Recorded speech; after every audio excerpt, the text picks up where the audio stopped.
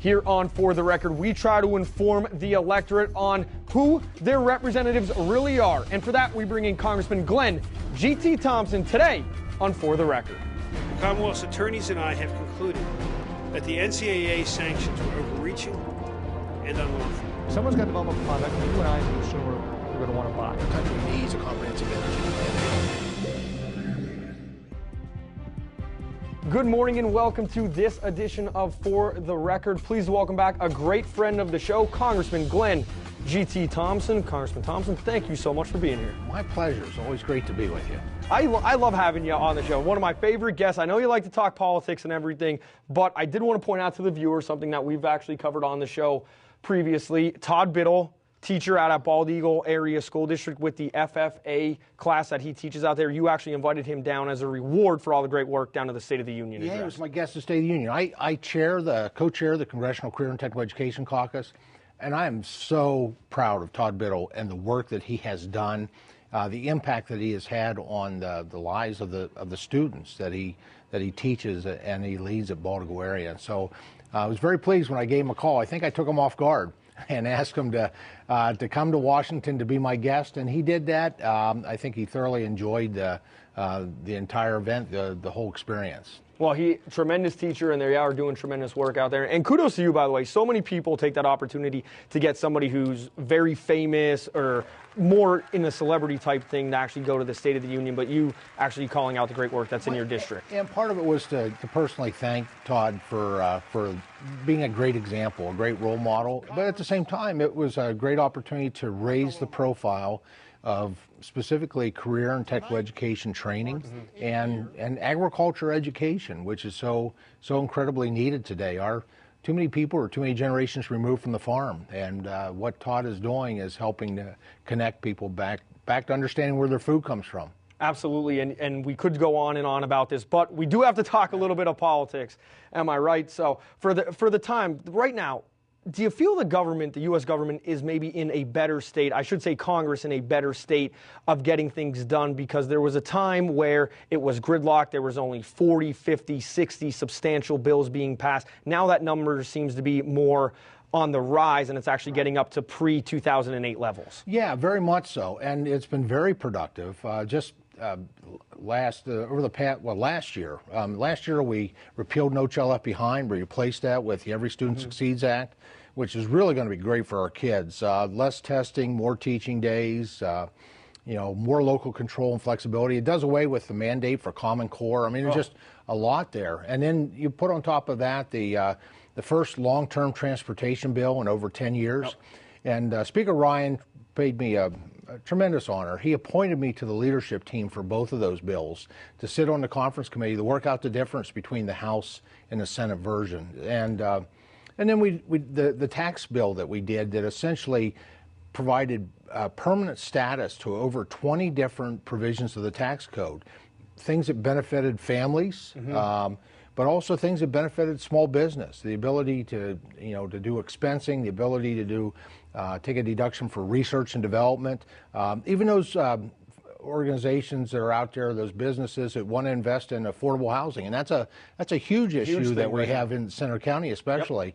And so we made that permanent. That provides certainty, and I think as a result, we're going to see jobs grow, and we'll see investments in things like affordable housing, which is incredibly important. It's been very, very productive. Anytime I think you can move past the gridlock, I think that's what the majority, at least the middle portion of the electorate want, is actually government to actually govern. That's what everybody should want. We don't need to compromise our conservative values or conservative principles. Every one of those bills and so many more that we've accomplished, going from the Farm Bill to the Job Training Bill, all things I help write. I've been helping to establish new traffic patterns in gridlock, to break the gridlock. But I never compromise my conservative principles and values. You approach it from a problem-solving perspective. And there's a lot more left to do. And we have a lot more needs that we need to be addressed. Absolutely. One thing I wanted to get your opinion on, and we bring it back home, kind of the state government. Obviously, Pennsylvania budget, not fully passed yet. The majority has been passed. Yes. And without getting into politics of it, because there's been mistakes, in my opinion, on both sides within the state budget. But it's very important. Ag extension program, they need to have their funding. Oh, yeah, and that extension, that they've been funded now at this point. I had weighed in with the governor. I actually circulated a Dear Colleague letter. I had other members from Pennsylvania that weighed in because Penn State's a land-grant university. Most of those dollars actually originate in Washington, and we've written those checks. Those checks have been were sent to Harrisburg, and the governor cashed them, but he was sitting on that money. And ag extension is so important from many different perspectives. There are presence in all 67 counties throughout Pennsylvania. It's a part of the land-grant university process, and it helps our current farmers, give them the information, the technology, to be able to produce our food, our fiber, our energy, things that building materials. But it's also about our 4-H programs. Yep. Our FFA. It's about those. That's bald eagle. That's sitting those home. Future farmers, and a lot of the 4-H programs were looking at dissolving because of this gridlock on that. Now there's still some issues out there with the state budget. The governor vetoed the fiscal code bill. Yep. Now, sad part, there's a part of that. There's a lot of it in that obviously, but the part of it is these what we call premiums. These kids that participate in county fairs, participate in the farm show, the dairy show in Harrisburg, and when they do that, they get these premiums for showing their animals and using that. Some of the kids use those premiums to buy school books, to invest in their education. Some of them go out and buy new critters to be able to raise for the coming year, and all that's held up. Was vetoed by the governor. And I definitely agree with your statement that you shouldn't hold the federal money that was approved. You kind of don't want to. You shouldn't, and I believe that you should not hold that hostage as a bargaining chip in anything. And I get there's a lot of dynamics and disagreement at the state level, and they need to work that out in Harrisburg. But I would encourage certainly those. I don't think there's anything controversial about kids that participate in agriculture programs. No. Those premiums. With a line item veto, the governor should have let that sign into law. And you mentioned the 4-H programs, and just real quick, going back to Bald Eagle's FFA program, I mean, we had the rabbits here. I mean, that's what they're using those premiums to actually get in there. And I know we took up a lot of time talking about the state budget. When we get back, I do want to ask you about forest management. I know that's something you're very dear to my heart. Stay with us. You are watching WHVL's For the Record. Welcome back to For the Record. Congressman Glenn G.T. Thompson talking forest management right there. Something near and dear to your heart. We are in Penns Woods. You are a chairman of the committee. How important is it that we are actually able to sustain the growth of our national forest, specifically, and we'll keep it in the district, the Allegheny National Forest? Well, it's incredibly important, whether it's the national forest, whether it's state forest, or whether it's private forest, and there's more private forest than the other two. I mean, we're blessed with more trees, more board feet today than even in William Penn's time. But the key to it is making sure that it's healthy.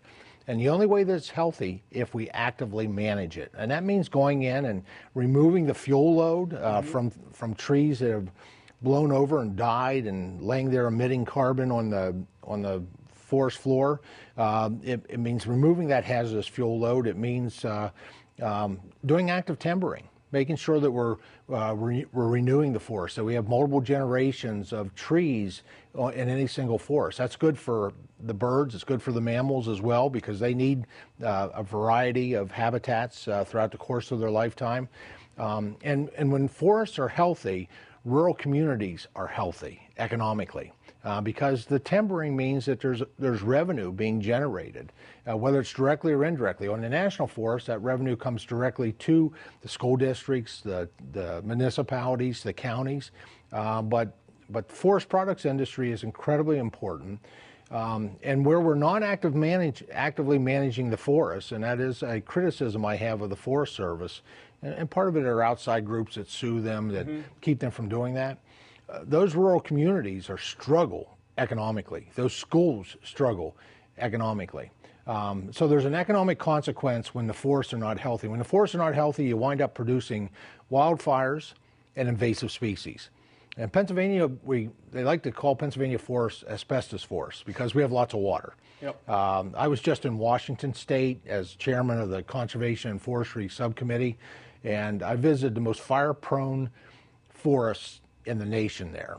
Over the past 2 years, they burned up 500,000 acres, hundreds of homes, hundreds of heads of livestock died, and 3 firefighters died. And a lot of it was, the contributing factor was the fact that those forests had not been managed and allowed the fuel loads to build up. In Pennsylvania, our problem is not so much wildfires, it's the invasive species. When you have a healthy forest, you have carbon sinks. It's taking carbon out of the air, and through the process, it's that carbon actually goes and becomes nutrients in the soil. Yep. You also have clean streams, and so healthy forests are incredibly important economically for the health of the forest, and quite frankly for the environment. And speaking of that, Ridgeway, Pennsylvania, Chainsaw Carvers Rendezvous, Yes. they were actually talking, we were just up there, tremendous event, by the way. If you haven't checked it out, I encourage you definitely to do so next March. But a tremendous event. They're actually putting in thousands of dollars back into the local timber industry, and they're getting it from, at least on the outskirts of the Allegheny National Forest, maybe partly from. Yeah, it's an international event. It is amazing. Some of the folks are chainsaw carvers, others are artists. Yes. But it's all good, and there's so much variety and so much to see. And absolutely, this is in Elk County and Ridgeway. I'm always there every year. Great event, and they do bring a lot of tourism dollars in, but they also obviously are purchasing a lot of supplies and material. They have all the when they're doing the carving, they have to buy a lot of timber in order to, I think they have somewhere in excess of probably around 100, at least 130 different carvers from all over the world. Now, I wanted to talk a little bit about the Bureau of Land Management, because recently we had the stand-up at the Oregon Wildlife, where it was going back to the Clive and Bundy cattle grazing thing in the 90s outside of Clark County or outside of Lake Mead, but also the Hammond case, where it was an arson case out in Oregon and it seems to me in both cases the government seemed to be dragging their feet and actually getting to the request, and that actually led to a lot of the laws that ended up being broken. How important is it that, I know you said outside groups sue a lot of times, but how important is it that we could streamline that to prevent cases like from this happening? Oh, dramatically. We need to streamline that. We're approaching it from a standpoint of collaboratives. We're trying to invite groups to the table early to work with the Forest Service or the Bureau of Land Management, so they can weigh in with input. At the same time, I don't think that if they're not willing to weigh in, I think there should be limitations, or if they're going to sue, they need to put up a bond to do that. And there's different pieces of legislation I've helped with and proposals that we put together to do that. You know, because both of the issues you're talking about, the incidents, which they were terrible incidents. Yeah. But what happened before that is important to understand. The fact is the federal government and the leases that it provided for grazing really failed to do their job of maintaining those lands so that they could be, so that the farmers at least had access. I think in one of the situations, the farmer and his son, the rancher and his son came in and they lit a backfire and tried to burn off this undergrowth that really made it unusable for grazing. That was the Hammond case, yeah. Yeah, and so if we would have had proper active management by the Bureau of Land Management in this situation, none of that would have occurred. None of those terrible things that follow would have occurred. Yeah, definitely a black eye for the country, something that a country doesn't need at a time when nationally there's some divisiveness going on. And this is a real sensitive issue, especially when you look at states like this occurred. I mean, the state of Utah, 80% of the state of Utah is owned by the federal government. You know, we have 513,000 acres in the Allegheny National Forest, which is owned by the government, but I like to say that's owned by the taxpayers, and so it needs to be managed in a way that's good for the citizens in terms of utilization. Absolutely. It's definitely something that I think the government does have to speed it up. We talked a little bit about getting rid of the gridlock. I think hopefully that it gets there. Wanted to go a little bit further into politics. We had Herman Perchner Jr. on that you brought up here. The foreign policy of the United States. I know you said the last time you were on bad negotiating skills with the administration. Anything done to change your mind? No, unfortunately things have gotten worse. When you look at the meltdown of the world, whether it's Iran, this bad deal in Iran, and now Iran's developing ballistic missiles and testing them.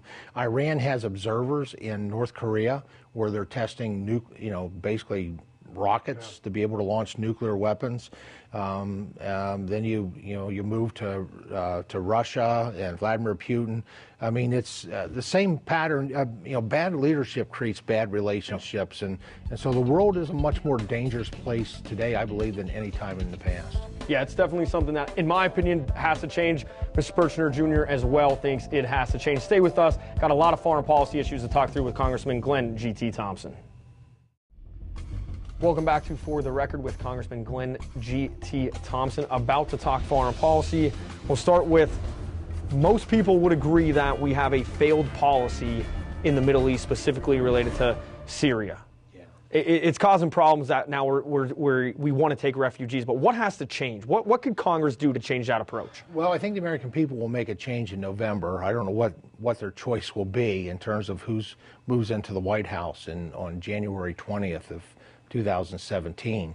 But America is seen as weak today, as weak leadership. When the president drew these lines in the sand for Syria and then kept moving the lines, it basically emboldened ISIS to rise out of the desert. It was former Iraqi officers, command officers that I believe that kind of went to Syria, and they kind of got this ISIS movement started, and it's a very dangerous world today. And so I think that I don't think our allies trust us. Because we've pulled out of Iraq, we pulled out of essentially Afghanistan. And we've never done that in the past. Whenever we've dedicated Treasury, both lives and and resources, and where we have essentially been successful, we've always left a footprint. I encourage people to think about what would have happened in Germany if at the end of World War II we would have completely left Germany, pulled out everything. It'd be a much different world today, and a much more dangerous world than in Europe. Than obviously Europe's and Germany today is a great ally as a result of what we did. We did the same thing in Japan. We've done that in South Korea. And yet, the administration did completely opposite in the Middle East. Mr. Perchner Jr. Said Iran, the missile deal that the nuclear deal that we have, and now we're trying to work on a missile deal that we're being played. The rules are being broken, and we're not holding accountable. And even the European Union is saying, oh no, this is not against the deal that you guys signed. They're the leading financier of terrorism around the world. Most experts would agree. What can be done now at this point? And I know Congress is trying to block certain parts of the deal, but what is going on behind closed doors that we don't necessarily see? Well, it is a bad deal. And quite frankly, the administration is making excuses of why this deal is they're fabricating how this is a good deal, despite the fact that Iran has tested ballistic missiles. Ballistic missiles are used for one purpose, and that is delivering a warhead to somewhere either in the Middle East or long-term, long-range, who knows, continental United States. And so the administration is not backing away from this deal, but they have to understand that elections will have consequences. And I think this is something people should be considering with the election coming up in November when it comes to the race for the White House. We need a strong leader of the country. That person is the leader of the free world, to be able to send a message to bullies and thugs, such as those that are in charge of Iran, that we're not going to tolerate that type of behavior. It's not to say that the next administration won't be able to unwind that deal. I think the current Congress, we've already passed legislation that we're willing to support doing that. And some will say, well, then you're a warmonger, because the only option to this nuclear disaster of a deal is to go to war. That's just not true. That's so not true. The fact is, these are the same people in Iran that took our citizens hostage decades ago. Same people running that country. And we can, the fact that they came to the table for negotiations, that only happened for one reason, because the sanctions that we imposed on them worked. We created enough pain on their part that they felt that they had to come to the table. So that tells me sanctions work. And maybe we need to tighten the sanctions, maybe we need to adjust the sanctions, but to allow those sanctions to go away, to allow Iran essentially to sell half of the reserve oils that we have embargoed for a decade, that's $50 billion. Now, that is going to go, at least some of it, is going to go to terrorism. If you just take 10% of that and they put that towards their nuclear capabilities, that will double their nuclear capabilities. And this, no matter how you look, if you look at it this honestly and logically, this is a very dangerous and bad deal. The U.S. Navy actually just seized a ship filled with weapons that were going to rebels, of which one of our allies, Saudi Arabia, is fighting currently in Yemen. And we talk about the destabilization in the Middle East currently and the refugee crisis. Right now, we have a government saying, yeah, we're going to take refugees and everything else. Yet we have veterans, and I know the Veterans Wellness Act that you passed with Charlie Rangel, we have veterans right now that are homeless, a skyrocketing suicide rate among veterans. We can't take care of ourselves, and yet we're extending the hand to take care of others. Yeah. No, we have our veterans, the legislation that we have successfully passed over the past couple of years recognizes how unifying an issue that veterans are. We've done that in a bipartisan way, specifically on homelessness, and there is a significant number of veterans who are homeless. I would say a lot of that is coupled with mental health issues, behavioral health issues. But we have put tremendous resources into those types of programs. So there are services out there. Getting people off the street sometimes because of the mental health complications, they just refuse to come off the streets. Makes it very, very difficult. That's not to say that we should take our foot off the gas pedal of serving our veterans, whether it's homelessness, whether it's the suicide rate. Of course, I mean, that's an area where I've been a leader in the nation. I've had at least 3, I guess now 4 pieces of legislation that have passed, specifically looking at active duty, and when people are making that transition to veteran status, of helping to reduce that suicide rate by expanding telemedicine, increasing the assistance time. Most recently, currently the Department of Defense, under legislation I wrote, is evaluating how to implement a mental health screening at the time of recruitment, because the statistics, and again, that was another piece of legislation where we commissioned these studies to be done. Those studies actually showed that over 60% of the people who attempt suicide in the military, it was not their first attempt. Their first attempt was before they joined. So it speaks to pre-existing conditions that are not being addressed. Taking care of the veterans in this country, definitely something that I think the government has to do a better job. Congressman Thompson, thank you so much for being here. Really appreciate it. My pleasure. Thank you. We're watching WHVL's For the Record. Have a great Sunday, everyone.